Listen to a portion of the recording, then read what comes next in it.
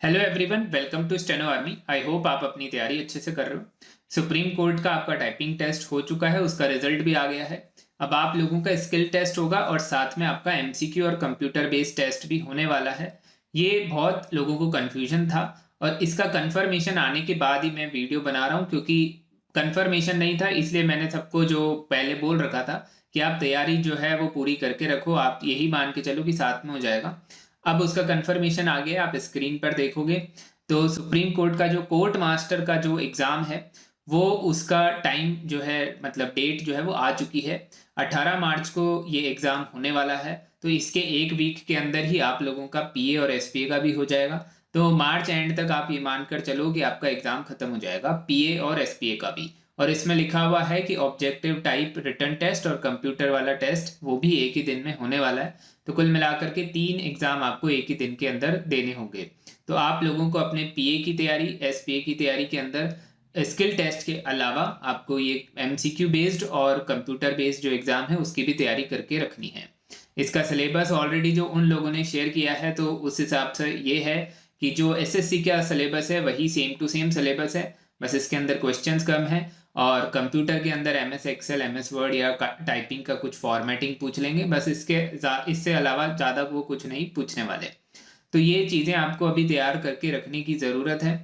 और बहुत सारे लोगों को ये भी एक डाउट है कि जो रिजल्ट आया है टाइपिंग का उसके अंदर जो है क्या इश्यूज हैं। मतलब आप लोगों का एग्ज़ाम अच्छा हुआ था पर रिजल्ट आपका जो है वो आपके फेवर में नहीं आया। तो अब इसके ऊपर भी मैं यही कहूँगा कि कंफर्मेशन जब तक नहीं है तो हम कुछ भी नहीं कह सकते कि उन्होंने किस हिसाब से इवेलुएशन किया है।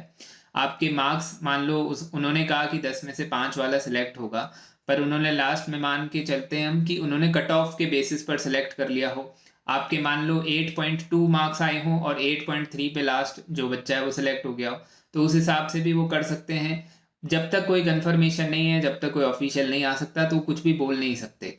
गलत हो भी सकता है, नहीं भी हो सकता, पर हम कुछ भी नहीं कह सकते, क्योंकि जब तक इंफॉर्मेशन नहीं है तब तक ये नहीं कह सकते कि हम इस चीज़ को लेकर के लड़ें। तो लड़ने के लिए कोई सबूत होना चाहिए। सबूत हमारे पास कुछ भी नहीं है। हाँ, ये ज़रूर हम कह सकते हैं कि उन्होंने कुछ भी इंफॉर्मेशन हमें प्रोवाइड नहीं करी है।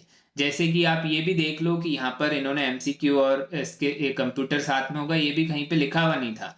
अब इन्होंने बताया है 1 महीने पहले ही, एक तरह से पता चल रहा है कि एक साथ एग्जाम होगा। तो जब तक कंफर्मेशन नहीं है तब तक मैं भी कुछ नहीं बोल सकता, आप भी कुछ नहीं बोल सकते। तो अब जिनका हो गया है सिलेक्शन वो अपनी तैयारी अच्छे से करो। स्किल टेस्ट की प्रिपरेशन मैं आपको करवा ही रहा हूँ। बाकी ये 2 चीज़ें आपको खुद से करनी पड़ेगी। एसएससी का जितना भी सिलेबस है वो कंप्लीट कर लो।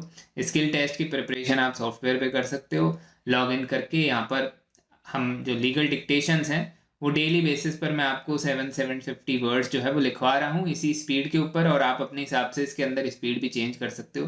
बाकी आप सबको पहले से आइडिया है। तो ये छोटा सा वीडियो इन्फॉर्मेशन के लिए बनाया है मैंने।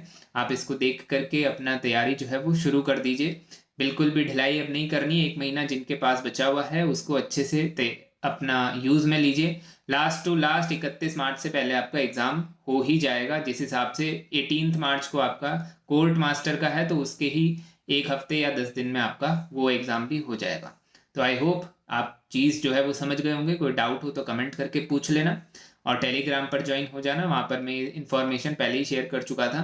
तो जो ज्वाइन नहीं है वो ज्वाइन कर लीजिए, और जो मैं इसे कांटेक्ट करना चाहते हैं वो डिस्क्रिप्शन में मेरे व्हाट्सएप नंबर पे मैसेज कर सकते हैं। तब तक के लिए सभी को बेस्ट ऑफ लक।